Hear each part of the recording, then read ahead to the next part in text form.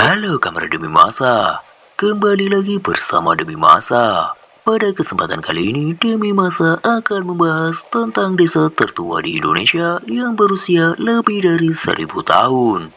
Bagaimanakah kisahnya? Tidak usah berlama-lama lagi, langsung saja kita simak.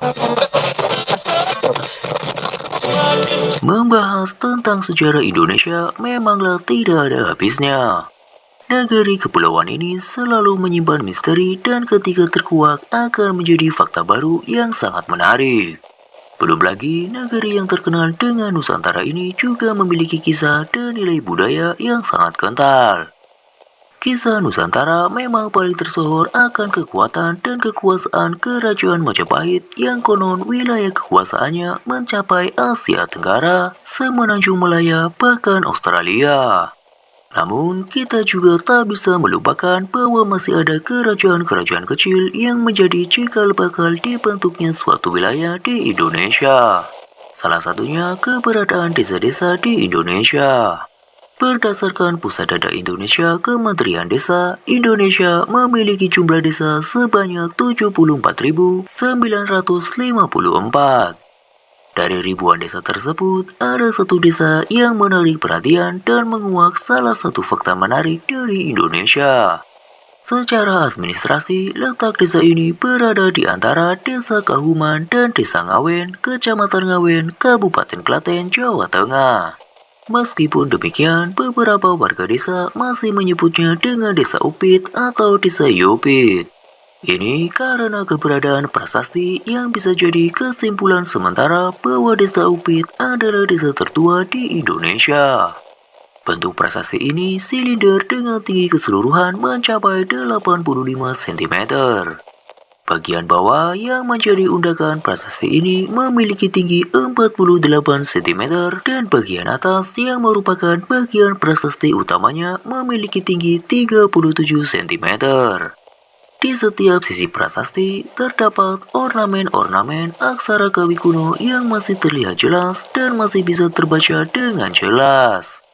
Dari prasasti berbahasa Kawi kuno itu dituliskan bahwa prasasti itu dibuat pada tahun Saka 788 atau tepatnya pada 11 November 866 Masehi.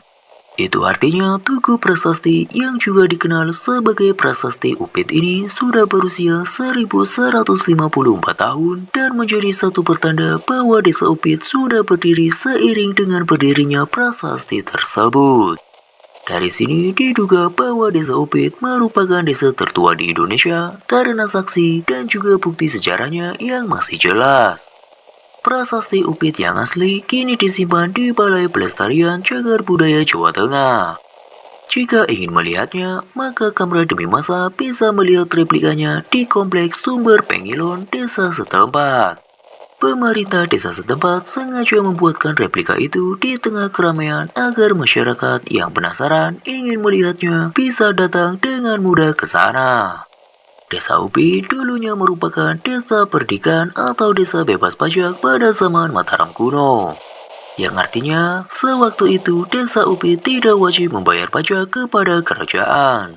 Seperti yang tertulis pada Prasasti Upit, desa ini dibentuk pada masa pemerintahan Maharaja Rakai Kayuwangi.